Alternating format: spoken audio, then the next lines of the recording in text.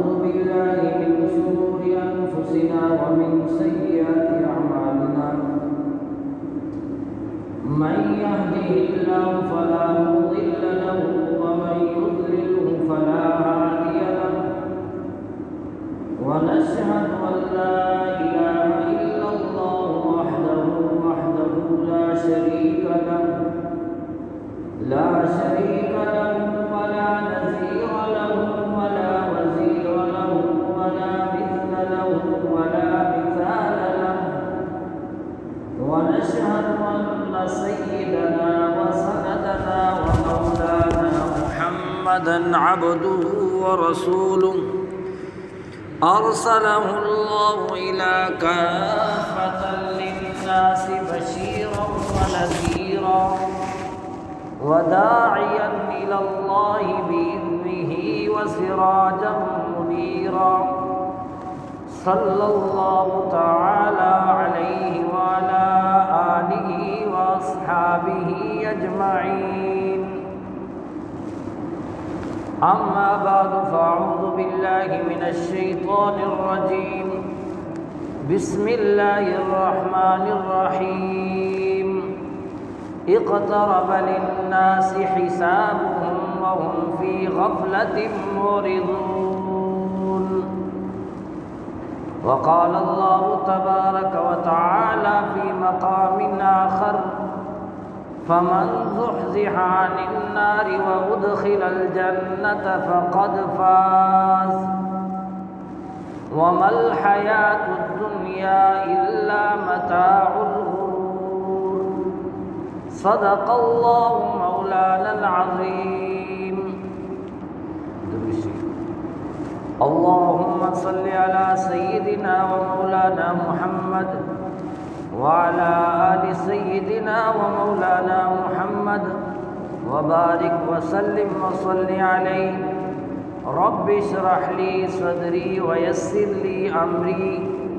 واحلل عقدة من لساني يفقهوا قولي سبحانك لا علم لنا إلا ما علمتنا إنك أنت العليم الحكيم. بزرگوں، عزیز دوستوں، جہاں تک میری آواز جا رہی ہے، گھروں کے اندر سماعت فرمانے والی میری محترمہ مکرمہ ماؤں اور بہنوں،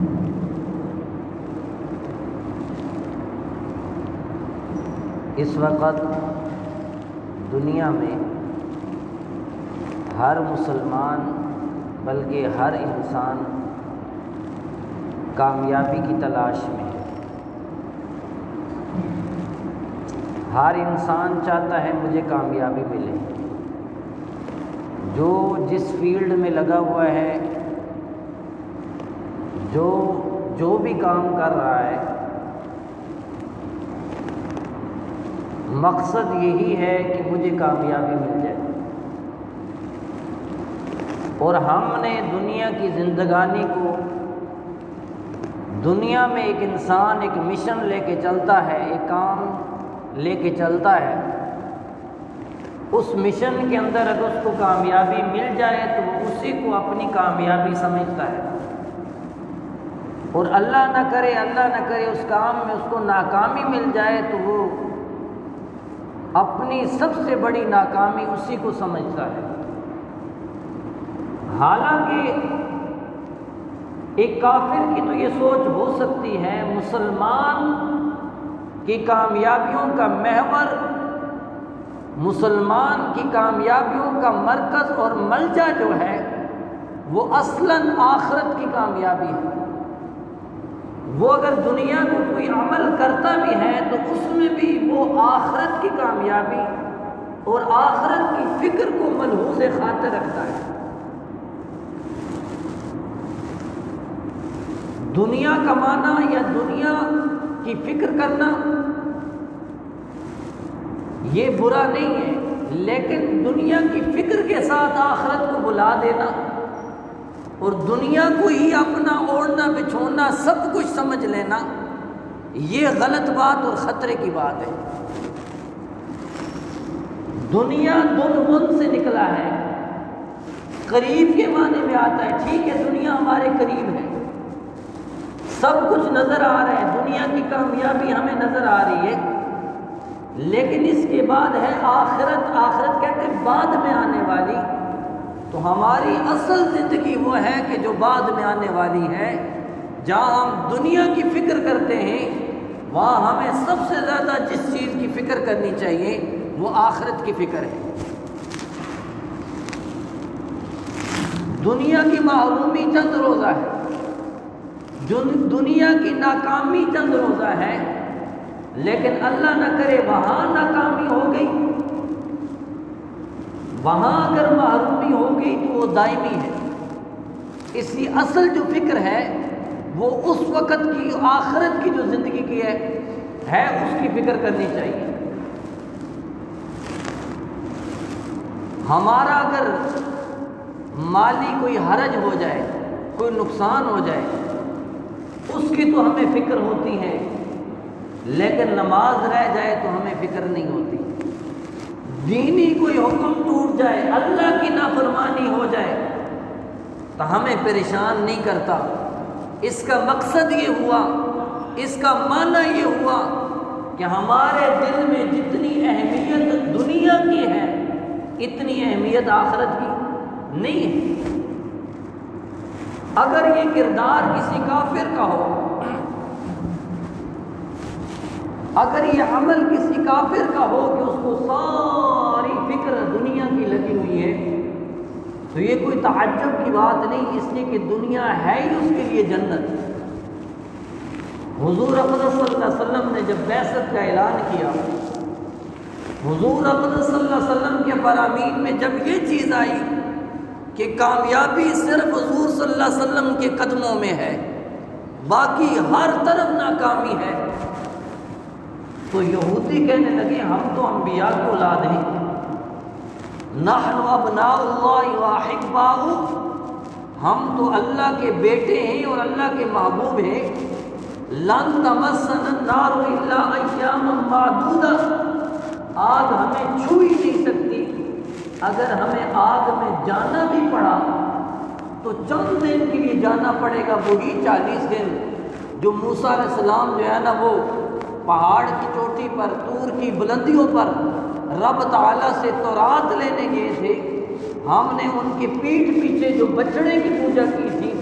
وہ 40 دن صرف ہم جہنم میں جا سکتے ہیں، اس کے علاوہ ہم جہنم میں کبھی نہیں جا سکتے۔ یہ ان کا دعویٰ تھا۔ رب تعالیٰ نے دلائل کے ساتھ ان کے دعوے کی جو تردید کی، اس میں بطور خاص یہ بات آئی کہ قل ان کانت لکم الدار الآخرۃ عند اللہ خالصۃ من دون الناس فتمنوا الموت ان کنتم صادقین۔ اگر تمہارا یہ دعویٰ ہے، کہہ دیجئے میرے محمد صلی اللہ علیہ وسلم، اگر تمہارا یہ دعویٰ کہ اللہ کے ہاں آخرت کا گھر صرف تمہارا ہے، آخرت بنی ہی تمہارے لیے ہے، تو ذرا جرأت کر کے فتمنوا الموت، ذرا موت کی تمنا کر کے تو دیکھو۔ اپنے اگر دعوے میں سچے ہو تو ذرا موت کی تمنا کر کے دیکھو، کیونکہ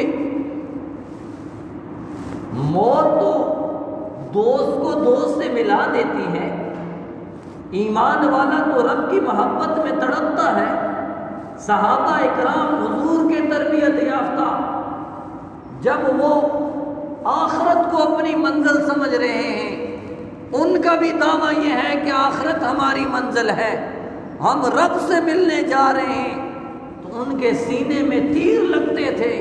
خون کے فوارے نکلتے تھے، وہ اسی خون کو چہرے پہ اور سر پہ مر رہے ہوتے تھے اور ساتھ نعرے لگا رہے ہوتے تھے، فزت ورب الکعبہ، رب کعبہ کی قسم مجھے تو منزل مل گئی، مجھے تو کامیابی مل گئی۔ وہ حضرت بلال رضی اللہ تعالیٰ عنہ دنیا سے جا رہے اور ہنس رہے۔ بیوی نے پوچھا وجہ کیا؟ غدن نلقا محمدن واصحابہ، بھائی ہنسوں کیوں نہ، مسکراؤں کیوں نہ،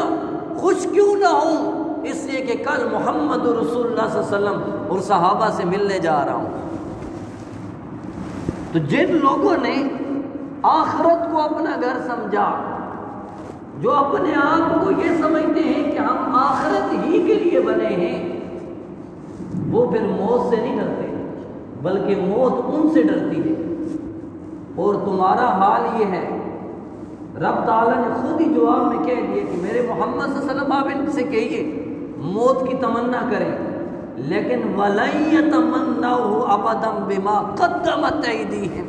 یہ مر تو سکتے ہیں لیکن موت کی کبھی تمنا نہیں کر سکتے، اس سے کہ یہ جانتے ہیں انہوں نے آگے کیا بھیجا ہوا ہے، یہ اپنے کارتوتوں کو جانتے ہیں۔ اور ان کی حالت یہ ہے یَوَدُّ أَحَدُهُمْ لَوْ يُعَمَّرُ أَلْفَ سَنَةٍ، ان میں سے ہر شخص دل سے یہ تمنا کرتا ہے کہ کاش اس کو 1000 سال کی عمر مل جائے۔ یہ تو ہزار سال عمروں کی دعائیں کر رہے ہیں، تمنائیں کر رہے ہیں، ان کے لیے آخرت کا گھر کیسے ہو سکتا ہے؟ تو میرے دوستوں اور بزرگوں، دنیا کو ہی سب کچھ سمجھ لینا، دنیا کو ہی اپنا ملجا اور ماوا اور مرکز سمجھ لینا، یہ سوچ کافرانہ ہے، مسلمان کی یہ سوچ نہیں ہو سکتی۔ حضور اقدس صلی اللہ علیہ وسلم کی دعائیں ہیں، اور حضور کی ہر دعا، ہر ارشاد وہ ہمارے لیے اس میں پیغام ہے، اس میں سبق ہے۔ حضور اقدس صلی اللہ علیہ وسلم اپنی حیات طیبہ میں دعا مانگا کرتے تھے، اللہم لا تجعل الدنیا اکبر ہمنا، یا اللہ دنیا کو میرا سب سے بڑا غم نہ بنا دینا۔ یہ دعا میرے اور آپ کے لیے فرما رہے تھے، ہماری تعلیم کے لیے تھی کہ ہم اپنی زندگی میں یہ دعائیں مانگا کریں کہ اللہم لا تجعل الدنیا اکبر ہمنا، کہ ہمارا سب کچھ، ہم جاگ رہے ہیں تو دنیا کی سوچ رہے ہیں، ہم کہیں جا رہے ہیں تو دنیا کو سوچ رہے ہیں، حتیٰ کہ ہم نماز کی حالت میں بھی دنیا کو ہی سوچ رہے ہوتے ہیں، حتیٰ کہ رات کو جب بستر استراحت پہ لیٹتے ہیں ہمیں یہ فکر نہیں ہوتی کہ ہمارے نبی صلی اللہ علیہ وسلم کس طرح سوئے تھے، کس انداز میں سوئے تھے، حضور اقدس صلی اللہ علیہ وسلم نے کیا کیا دعائیں سکھائی تھیں، ہمیں یہ فکر نہیں ہوتی۔ ہمیں یہ فکر ہوتی ہے کہ ہماری دنیا کیسے سنورے، ہمارے اولاد کا مستقبل کیسے روشن ہو۔ حضور اقدس صلی اللہ علیہ وسلم نے تو اپنی حیات طیبہ میں دعا مانگی تھی، یا اللہ ایسی فکر دنیا کی نہ لگا دینا کہ میں آخرت کو بھول جاؤں اور صرف دنیا کی فکر کرتا رہوں۔ اور اسی طرح حضور صلی اللہ علیہ وسلم نے دعا مانگی تھی، یا اللہ میرے علم کی منتہا بھی دنیا کو نہ بنانا، کہ دنیا کی ساری چیزوں کا علم ہو، دنیا کی ساری معلومات ہو، نہیں پتا تو یہ نہیں پتا کہ باپ دنیا سے جا رہا ہے اور اس کو کلمے کی تلقین کیسے کرنی ہے، نہیں پتا تو یہ نہیں پتا کہ نزع کی کیفیت میں کسی کے اوپر موت کی سختی لگی ہوئی ہے، اور اللہ کے نبی صلی اللہ علیہ وسلم نے فرمایا کہ مرنے والے کے پاس بیٹھ کے یاسین شریف پڑھی جائے تو رب تعالیٰ اس وقت کی جو کیفیت ہوتی ہے، مرنے کی جو حالت ہوتی ہے، اس میں آسانیاں پیدا کر دیتے ہیں، پتہ ہی نہیں،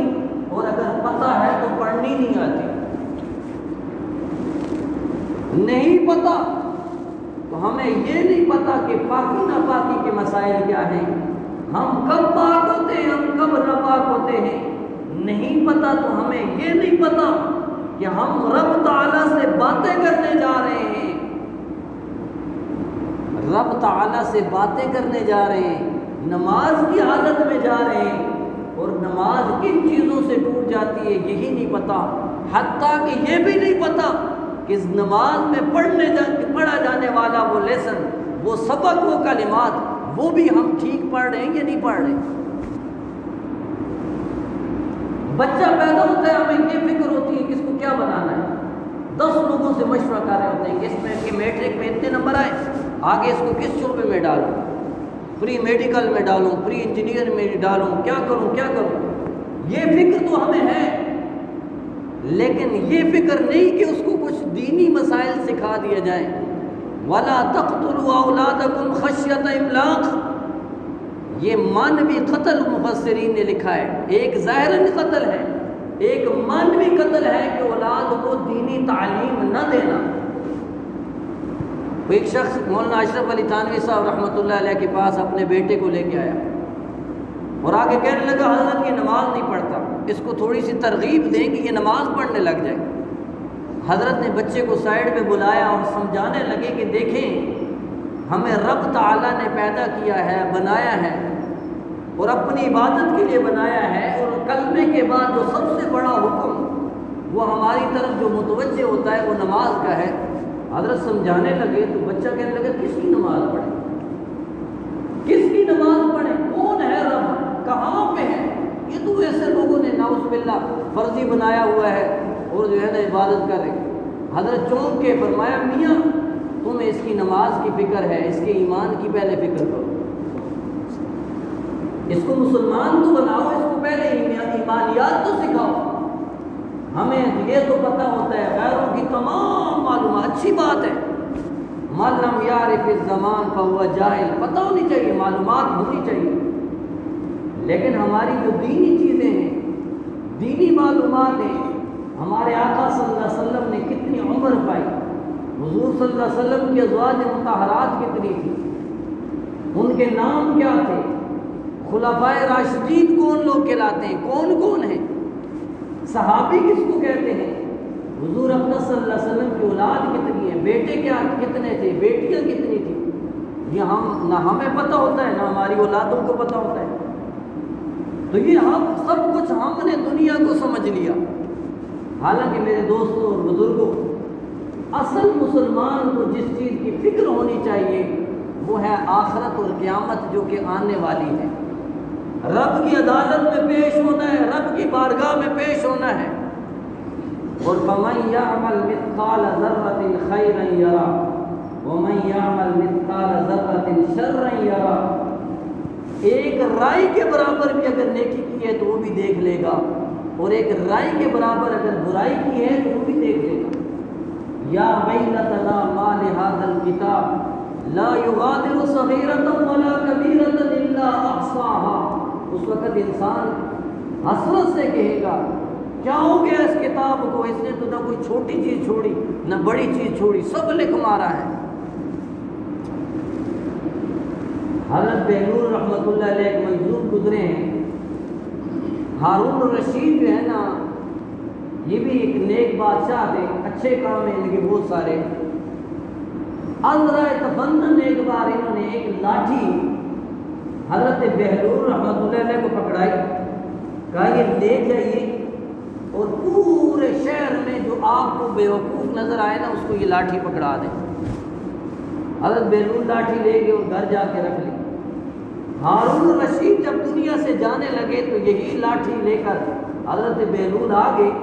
فرمایا اس پورے ہوئی زمین پر مجھے آپ سے بڑا کوئی بیوقوف نظر نہیں آتا، اس لیے آپ کو یہ لاٹھی جو ہے نا میں دینے لگا ہوں۔ ہارون رشید نے حیرت سے پوچھا کیوں، اتنی بڑی میں سلطنت چلا رہا تھا، اتنا بڑا حکمران تھا، میں سب سے بڑا بیوقوف؟ کہا جی ہاں،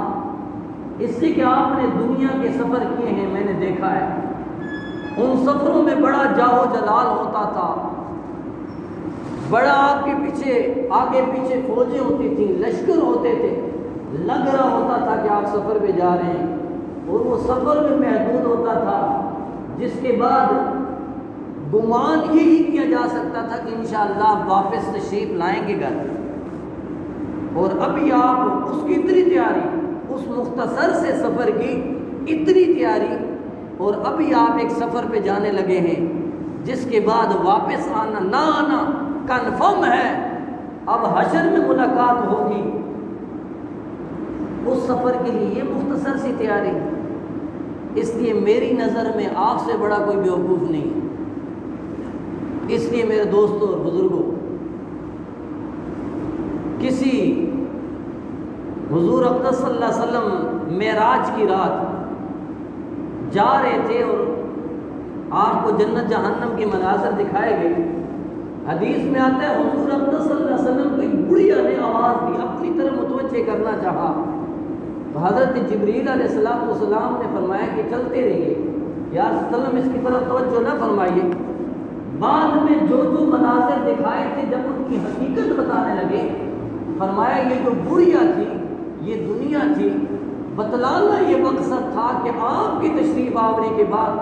دنیا کی حالت یہ رہ گئی ہے، دنیا اب ختم ہونے والی ہے۔ بچے کو فکر ہوتی ہے، بچے کو امید ہوتی ہے کہ میں جوان ہوں گا، جوان کو فکر ہوتی ہے میں بوڑھا ہو کے، خیال ہوتا ہے کہ بوڑھا ہو کے مروں گا۔ اب بوڑھے نے تو بس مرنا ہی ہوتا ہے، اب اس کو کس چیز کا انتظار ہے؟ بڑھاپے کے بعد اور کیا ہے؟ اور اسی چیز کا ذکر رب تعالیٰ نے قرآن میں بھی کیا ہے کہ جہنمی جب جہنم میں جا رہے ہوں گے نا، وَهُمْ يَصْطَرِخُونَ فِيهَا، وہ چیخ رہے ہوں گے کہ ربنا اخرجنا نعمل صالحا غیر الذی كنا نعمل، ربا ایک بار دوبارہ دنیا میں بھیج، اب وہ عمل کریں گے جو پہلے نہیں کیے تھے، اب آپ کی فرما برداری کر کے آئیں گے، اب آپ کی نافرمانی نہیں کریں گے۔ رب تعالیٰ فرمائیں گے اولم نعمرکم ما یتذکر فیہ من تذکر وجاءکم النذیر، کہ تمہارے پاس کیا تمہیں عمر نہیں دی تھی جس میں تم نصیحت حاصل کرتے، اور تمہارے پاس ڈر سنانے والا نہیں آیا تھا؟ یہ نذیر کا ایک معنی بڑھاپا بھی ہے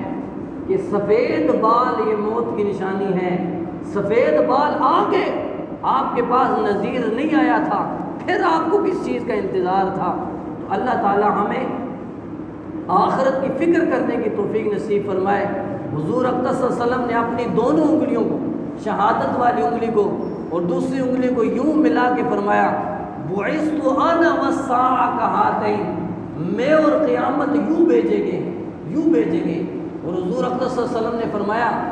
کہ عیش و عشرت کی زندگی میں کیسے گزاروں کہ رب تعالیٰ نے جب مجھے بھیجا ہے، حضرت اسرافیل کو حکم دیا ہے کہ اپنا منہ سور کے ساتھ لگا لو، وہ جو بانسری ہے سور جس کے اندر وہ پھونکیں گے تو کائنات کا نظام درم برم ہو جائے گا۔ حضور نے فرمایا کہ رب تعالیٰ نے حضرت اسرافیل کو حکم دیا ہے کہ اپنا منہ اس بانسری کے اوپر لگا لو، ان کا ایک پاؤں آگے ہے،